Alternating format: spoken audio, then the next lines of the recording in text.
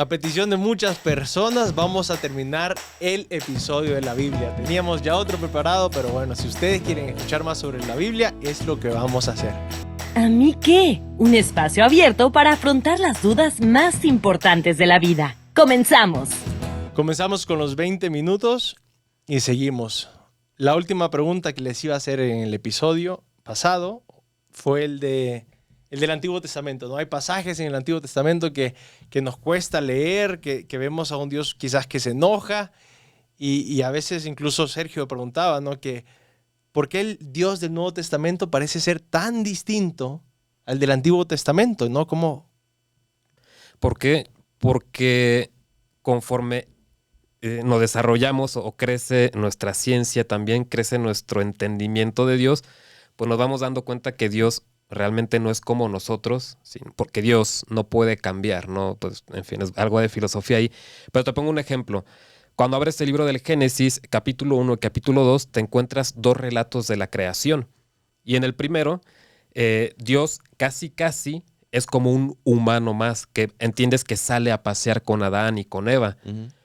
Y ese relato fue escrito hace más tiempo, ¿no? Después pasan unos siglos y se escribe el segundo relato donde Dios ya nada más crea, ¿no? Y ya no baja a pasear porque la mentalidad se va dando cuenta, el hombre se va dando cuenta que Dios pues no puede tener un cuerpo como nosotros y no puede bajar a pasear, ¿no? Entonces vamos desarrollando un mayor entendimiento de Dios y de eso de que si Él se enoja, no se enoja, que si baja a pasear, que si no baja a pasear, pues vamos desarrollando nuestro entendimiento de Dios. Y por eso es la diferencia, ¿no? Como abogado del diablo, pregunto, ¿y Jesús? Bueno, Jesús se encarnó históricamente pues en el año cero, ¿no? En el año del nacimiento de Cristo. Antes, cuando decimos que somos imagen y semejanza de Dios, pues no nos referimos a que fuimos creados con cuerpo porque Dios ya tenía un cuerpo desde el inicio, ¿no? Nos referimos a ese espíritu y a la libertad que Dios también tiene, propia de un espíritu, de una persona, como es Dios, ¿no? Pero se encarnó en el año cero, digamos. Sí, la vez pasada hablaba de matemáticas, ¿no? Yo no puedo llegar a entender los cálculos financieros súper complejos de estadísticas y proporciones, etcétera, etcétera, si no comienzo por sumas y restas.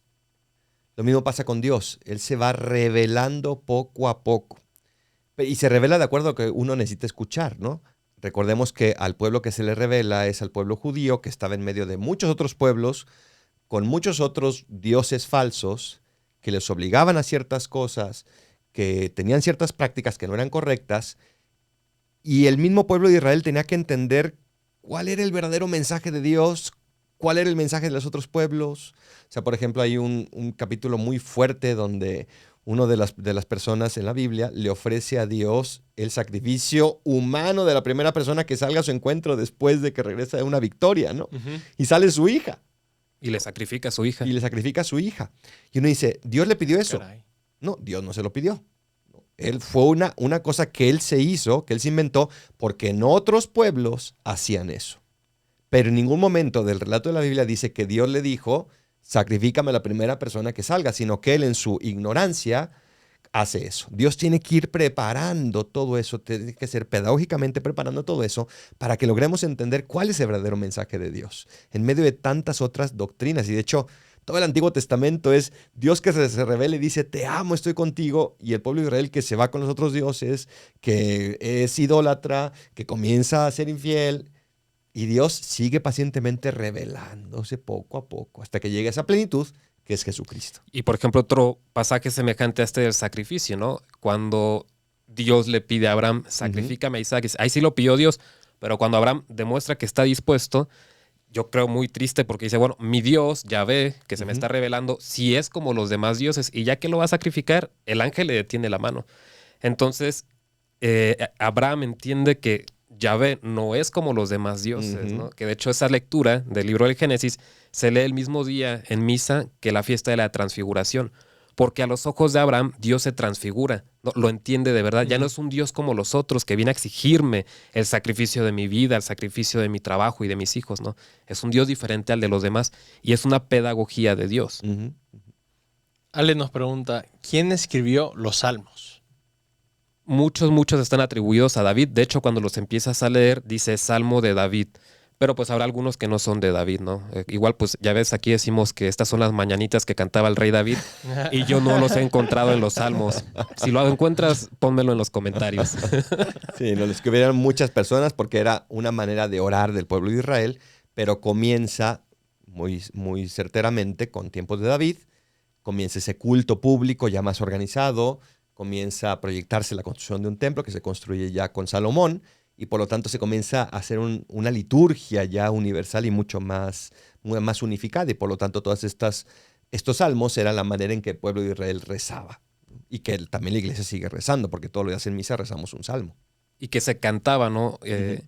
Y como sabemos, no es más fácil aprenderse algo de memoria cuando lo cantas, por eso cantamos nosotros. Nos sabemos de memoria muchas canciones y los salmos son para ser cantados, ¿no? Quizá nosotros, pues como no nos riman, como no lo tenemos en el idioma original, no lo apreciamos tanto, pero era para que el pueblo memorizara estas oraciones y como tú cuando estás canturreando, cuando estás barriendo o algo, el pueblo de Israel cantaba los salmos todo el día. Y seguramente tú te sabes muchos salmos cantados. ¡Qué alegría cuando me dijeron! Es un salmo. Sí, sí. Vamos a la casa del Señor. Y muchos otros salmos que se cantan también dentro de la iglesia actualmente. Sí. Muy bien. ¿Cuánto saben ustedes? Rebeca nos pregunta, ¿cuándo la Biblia es literal y cuándo es una interpretación? No sé, como cuándo sé que es realmente algo histórico o cuándo es que el que lo escribió me quiere contar simplemente una historia que realmente no pasó. ¿Y cómo saber eso? Pues recuerda que la palabra Biblia es el plural en griego de libros. O sea, es decir, hay muchos libros dentro de este libro, que es la Biblia. Entonces, te recomiendo lo de la vez pasada, ¿no? Lee la introducción de cada libro y ve si te están diciendo si es una parábola, si es un cuento, si es una comparación, si es poesía. Y ya con base a eso, a esa introducción que te dan, sabes si es literal o si son historias que tienen su moraleja, ¿no? Su fábula, como si es una fábula. Lee la introducción. Son los estilos literarios, ¿no? Que se conocen así. Ya en las mismas explicaciones ahí te lo dice. Pero hay libros que incluso traen varios estilos literarios, ¿no? Por ejemplo, en el Génesis, pues trae varios estilos literarios. Está el histórico, pero también está el mitológico, está, etcétera. Sí, del 1 al 10 es casi puro, digamos, mitológico. Exacto. Que mitológico no significa que no fue verdad. Que no fue verdad. Significa que nos está enseñando una verdad a través de un cuento, de una historia, ¿no? Sí. Pero también está los sentidos de la Biblia, ¿no? Está el sentido literal, que es lo que dice. Aquí dice esto, ok, se entiende, perfecto. Pero después está el sentido espiritual. ¿Cómo lo interpretamos? Y ahí tiene varias maneras de interpretarse. Lo puedes buscar en el catecismo. Ahí la parte de la Biblia ahí te lo explica, ¿no? Está el sentido moral, o sea, ¿qué me enseña a mí? El sentido alegórico, qué significa de cara a Cristo. Y el sentido, ¿cuál otro falta? De cara al cielo. No. Bien, padre. Muy bien. O sea, ¿qué me dice de cara al cielo? ¿Qué me está mostrando para esta vida final, ¿no? Entonces, sentido literal y sentido espiritual, que tiene 3 maneras de interpretarse, ¿no? Y luego, la verdad, todos estos libros siempre tenemos que apoyarnos de la tradición cristiana. O sea, gracias a Dios tenemos San Agustín, San Jerónimo y tantos otros santos que se han dedicado al estudio de la Biblia y que han dejado comentarios, ¿no? Por ejemplo, hay una página web que se llama Biblia Clerus. Biblia Clerus. Y tú buscas el pasaje que quieras, no sé, Mateo 5. Y al lado del pasaje te vienen ya los links que te mandan al comentario de San Agustín, de Santo Tomás, de quien haya escrito. Entonces, si a ti te cuesta entender, pues ya vea lo que han dicho los santos y ellos ya te explican. O sea, gracias a Dios tenemos el internet que nos facilita todo esto. En vez de tener los 20 libros en tu casa, ya está ahí en el internet. ¿Cómo se llaman esas colecciones que sean desde la Edad Media, donde ponían un trozo de la Biblia y después los comentarios de los diversos santos padres? No me acuerdo cómo se llamaban. No me acuerdo, pero desde la Edad Media lo hacían, estaban las sentencias, ¿no? Había sentencias, pero eran distintas. No, esto era otra cosa, sí. Ya después nos acordaremos. Te lo dejamos en los comentarios. Catena áurea. Está. La catena áurea. Exacto. La cadena. Sí, la cadena dorada, sí. Muy bien. Roberto nos pide unos tips concretos para comenzar a leer la Biblia. Y para leerla bien también. Primer tip, compra una Biblia. Que sea tuya. No agarres la Biblia de que heredó de tu bisabuelita desde no sé cuándo, que está así bien bonita. Compra una Biblia que sea tuya, una Biblia adecuada, una Biblia que te guste, una Biblia que tenga un buen tipo de letra, que te acomode. y comienza a leerla, dijimos la vez pasada, a lo mejor con la línea del tiempo, ¿no? Búscate, a ver si logramos poner un link aquí en el episodio de donde está esa línea del tiempo y que te va diciendo qué libros tienes que leer para leerla como una historia, ¿no? También yo te sugeriría leer la introducción que debe venir en esa Biblia que tú compras, o ve un video que lee la introducción. Están ahora los de Proyecto Biblia, o en inglés Bible Project, y te dan, yo creo la mayoría de los libros te dan ya la introducción, el resumen. Entonces tú lo lees sabiendo qué va a venir, cuáles son las palabras claves y qué significan, ¿no? Entonces, sí, eso. Y Sí, tomarlo ese con buenísimo. calma. Hay que poner también el link. Sí, ese en el link de episodio. YouTube, buenísimo. Y yo también veo y de ahí saco a veces homilías, o sea, son muy buenas herramientas, ¿no? Ay, ya vimos de dónde. No se pierdan las homilías de a mí que ya, Por ya favor. empezamos. Bueno, Axel nos pregunta, ¿por qué la iglesia no define una sola traducción universal? Nos evitaría de que si la de Jerusalén, que la de no sé dónde. No, sí define una sola traducción universal. Ah, caray, ¿cuál? En latín. Esa es la Ok. traducción oficial de la Biblia, ¿no? Ahí está, lo que se llama la Biblia Vulgata, ¿no? Es la Biblia para el pueblo. Ahí está la traducción oficial que se va actualizando también con el paso del tiempo. Ya después cada idioma tiene que traducirla también, que lo ideal es que no lo hagan de la Biblia de latín, sino del original, ¿no? Que está escrito en hebreo, en arameo y en griego, algunos libros, ¿no? Entonces de ahí lo van tomando y lo van traduciendo, pero lo ideal sería que todos aprendiéramos esos idiomas, ¿verdad? Para entenderlo Claro. directamente, pero es lo mismo que cuando lees un libro como, no sé, Los Miserables. Pues depende de quién lo tradució, depende de quién lo tradujo. Eso es otra traducción. Es griego, es griego. Depende de quién lo tradujo, pues le da una cierta interpretación, ¿no? Entonces, no hay una sola interpretación de las traducciones, siempre y cuando no vayan en contra. Y también es parte de la libertad que tenemos. O sea, a veces se nos dice que somos demasiado rígidos. No, ve todas las traducciones que hay. Eso te da libertad también para poder entenderlo desde otro punto de vista. Y curioso, ¿no? Porque el Corán, por ejemplo, no hay traducciones. No es válido leer el Corán en otro idioma que no sea el que se escribió. Entonces, nosotros no. O sea, es válido que vayas a la Biblia en español o otro idioma que hables y realmente es la palabra de Dios. Como que Dios, es lo padre, ¿no? Dios permite estos instrumentos humanos, ¿no? El evangelista, el agiógrafo, se llama, el que escribió un libro sagrado es un agiógrafo. Dios se vale de esa persona, incluso con sus errores ortográficos, para que se escriba su palabra. Y también está en discusión teológica si el que traduce todavía es parte de esa acción sagrada, si el que traduce al español está inspirado por el Espíritu Santo, si pone una palabra o si pone otra, ¿no? Pero es que Dios se vale de instrumentos humanos, ¿no?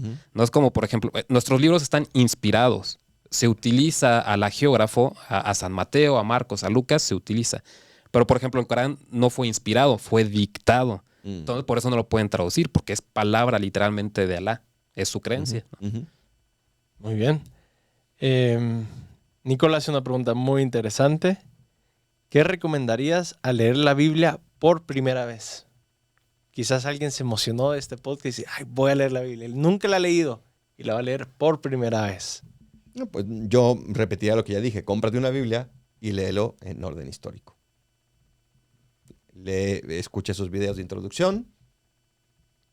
Sí, y pues, no sé, yo le diría estar abierto a que es más que letras escritas. O sea, es palabra de Dios. Ir con esa apertura, aunque quizás es alguien que es no creyente, pero ir con esa apertura de que a lo mejor sí.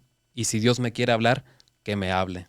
Sí, y no busques leerlo como leerías una novela. O sea, es otro tipo de lectura y hay que tener la paciencia y también la disposición para escuchar lo que Dios te quiera decir, ¿no? No lo veas simplemente como una historia, sino como esa palabra de Dios.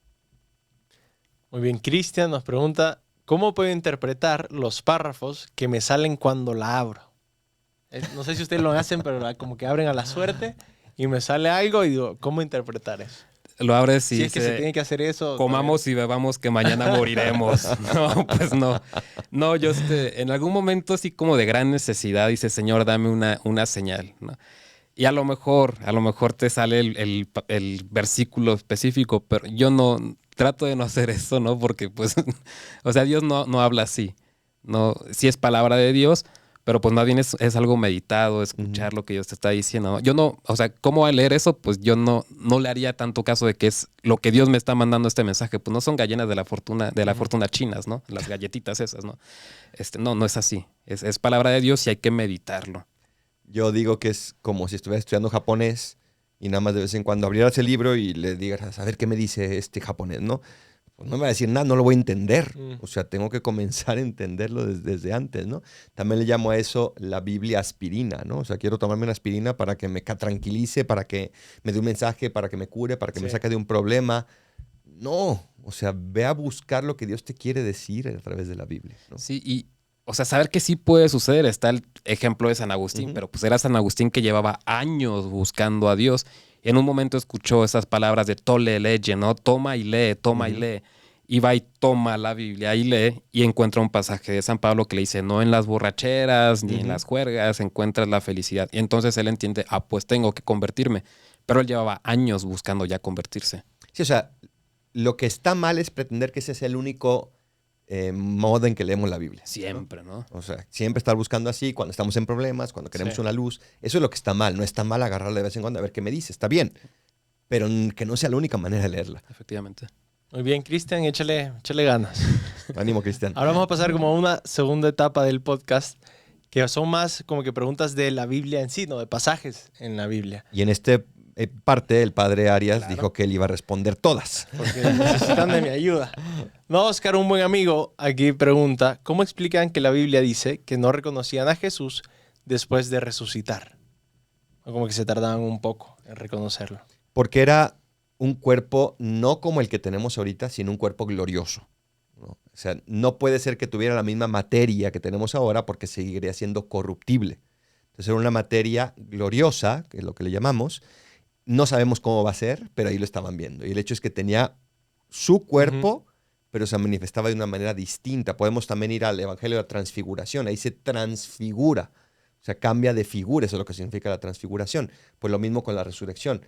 Adquiere este cuerpo glorioso que no es el mismo cuerpo corruptible que tenía. Y te das cuenta, por ejemplo, porque los discípulos, los apóstoles están reunidos en el cenáculo, dice el Evangelio, a puerta cerrada, y se les apareció adentro Jesús. Es decir, pues es un cuerpo que puede aparecer, desaparecer, o que a lo mejor atraviesa paredes. No sabemos exactamente cómo fue, pero es un cuerpo glorificado, como dijo, que ya no sigue del todo las leyes de la física, ya está pues más allá. Pero es un cuerpo humano, Sí, glorificado, pero un cuerpo humano. Traen un pedazo de pan y pescado y come frente a ellos, ¿no? O sea, va con ellos, seguramente lo dejó tocar a Tomás, ¿no? Ven, mete tu mano aquí, mete tus dedos, ¿no? Es un cuerpo, pero un cuerpo glorificado. Fuerte momento.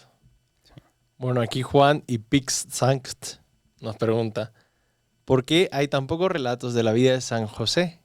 Y luego Cristi pregunta, ¿qué pasó con José, el padre de Jesús? ¿Murió? ¿Ascendió? Son preguntas sobre San José.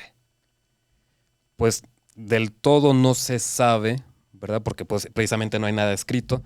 La tradición es pues que lo que tenemos más está escrito en el Evangelio de Lucas. Creemos que Lucas pues estuvo más cerca de la Virgen María y por eso tiene más datos también al respecto. Pero pues tenemos que después de la presentación de Jesús en el templo y que suben a los 12 años a Jerusalén, después ya desaparece José.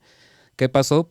Pues no sé, yo creo que ya había cumplido su función y pues simplemente murió, ¿no? Él sí no fue asunto, como la Virgen fue asunta al cielo. Él, pues yo creo, murió, ¿no? Creemos de la Virgen que ella sí nació sin pecado y como un regalo extra todavía, Jesús se la llevó al cielo porque es su mamá.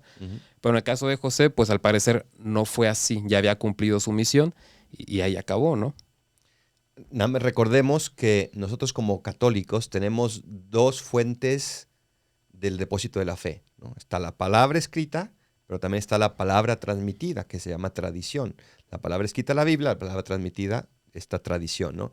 Y la tradición sí nos ha ido transmitiendo cosas de José, ¿no? Su humildad, su sinceridad, su fortaleza, la protección. Y la tradición dice que muere, pues, cuando Jesús era todavía muy joven, ¿no? No lo dice la Biblia, no, pero tampoco dice que se fue, ¿no? Si los hubiera dejado, pues lo hubiera dicho, ¿no?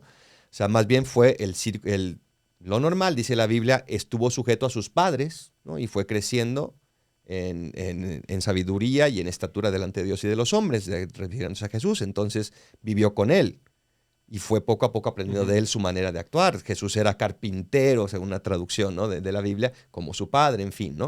O sea, todas estas tradiciones que se nos fueron transmitiendo, por eso es el custodio, por eso es el padre casto, etcétera, etcétera, ¿no? También son esas transmisiones que recibimos de él.